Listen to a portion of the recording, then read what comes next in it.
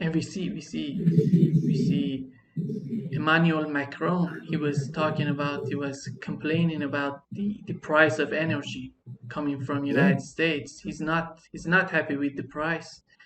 Who is? Yeah. Who in Europe is happy with the price? The only people that are happy with the price are Americans. We're making a lot of money. But is that friendship? If you and I are friends and you had a supply of, let's say you're addicted to ice cream and you had a supply of ice cream. And I said, no, you can't buy ice cream from this guy. I'll sell you ice cream. You go, okay. And you send that guy away. But it costs you 25 cents to have that ice cream. And I come in, I go, $5. You go, what the hell? I could get ice cream for 25 cents. It was better ice cream. Your ice cream sucks and you're charging me $5. That's what's going on with Europe right now. The United States got them to walk away from the best thing that ever happened to them economically. Cheap Russian gas made Europe economically viable for the last several decades. And instead, they're buying this expensive American LNG. Oh yeah, Germany's filled up its gas reserves. It's 2 months stock. It's going to be emptied. It was 57% full when this crisis began. That was Russian gas, by the way. So the United States has enabled them to bring up, 43%. 2 cold months, it's all gone. Now they got to fill it up again for next winter. Where are they going to get the gas? From the United States? Not a single German industry is going to survive at that price. They can't afford to stay in business. So, the United States isn't a friend. That's what Europe needs to understand. The United States is not your friend. The United States only serves the United States. We don't care about you, France. We don't care about you, England. We don't care about you, Germany. All we care about is us. And as Secretary of State Anthony Blinken said, when Nord Stream 1 was blown up, Nord Stream 1 and 2, this is a great opportunity. Imagine something horrible happened to you and I'm your friend. I should say, hey, I'm sorry that happened. That's awful. Are you okay? Instead, it's a great opportunity, man. Don't worry about it. It's a great opportunity for me. What kind of friend would do that? America does it because they're not your friend. And we see Prime Minister of Hungary that they talking about he's going to defund Hungary from EU. Yeah. And how do you see the future of NATO, the future of EU? No, they're not going to last much longer. I mean, when I say much longer, it'll take some time, but it could be accelerated. The EU may not survive this winter, to tell you the truth, because the economic crisis is going to be real. I mean, at some point in time, Germany has to look out for Germany. And France has to look out for France, and Italy has to look out for Italy. And this whole EU thing is just a out of control, American fantasy, because that's what it is. What does the EU do? It doesn't strengthen Europe. It weakens Europe.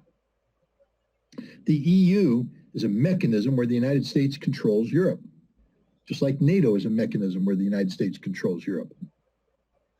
The EU can't survive without the United States. Wait a minute, it's the EU. America's not a member of the EU. Yeah, I know. But the EU sort of takes its guidance from the G7.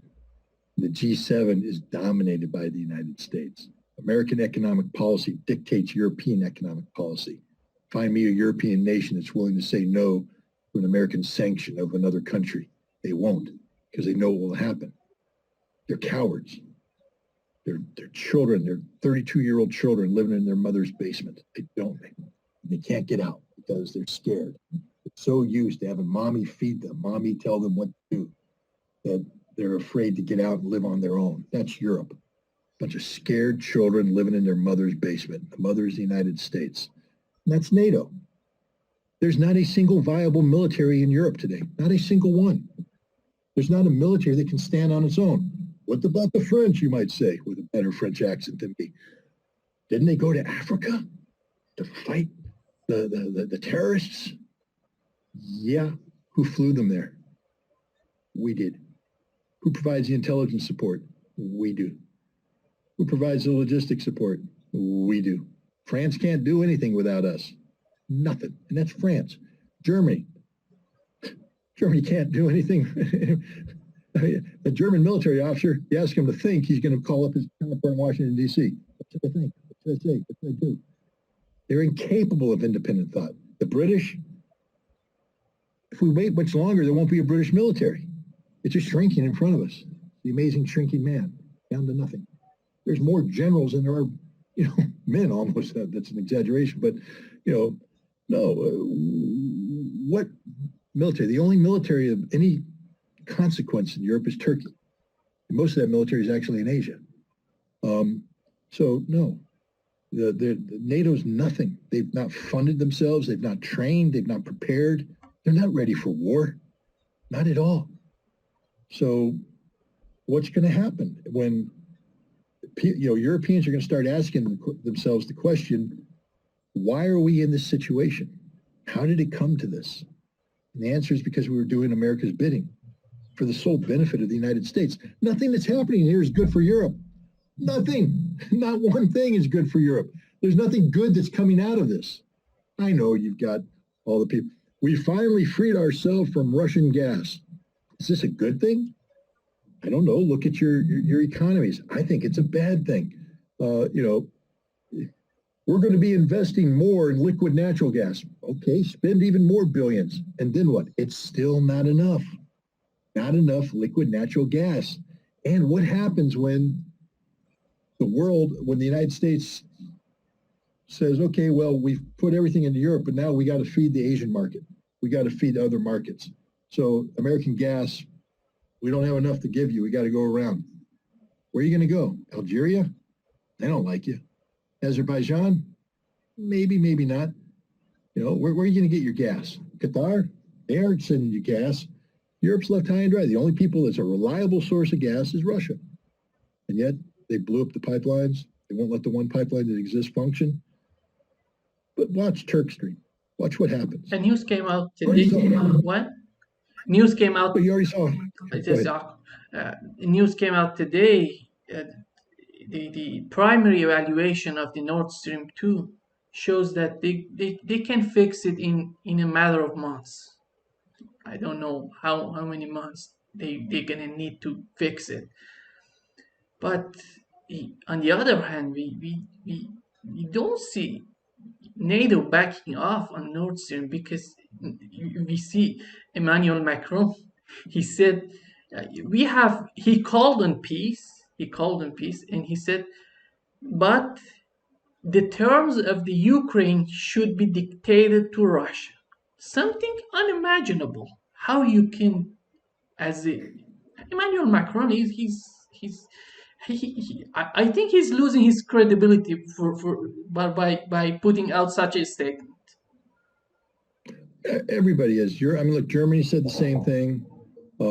Italy is saying the same thing. It's the European Union position. It's an untenable position, and it just becomes even more ridiculous the more as things evolve on the ground. I don't know, if people are taking a look at what's actually happening in Kherson. I know if you read the Western media, Russia's on the run, Russia's retreating, Russia's withdrawing, Russia's this. There ain't no retreat in Russia. Russian forces haven't pulled back an inch. What's really happening is the Russians are strengthening their defenses, and every time the Ukrainians try to crack them, they all die. And the Ukrainians are burning through their troops. Russia's getting stronger, Ukraine's getting weaker.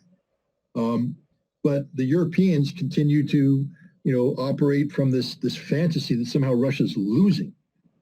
Well, wait till they wake up this time in 6 months and they realize that it's not just 4 Ukrainian provinces Russia's absorbed, but maybe 8.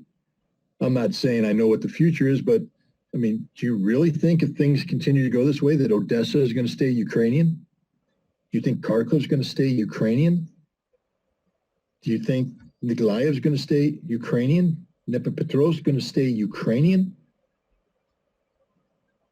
Maybe if they negotiated peace now, that could happen.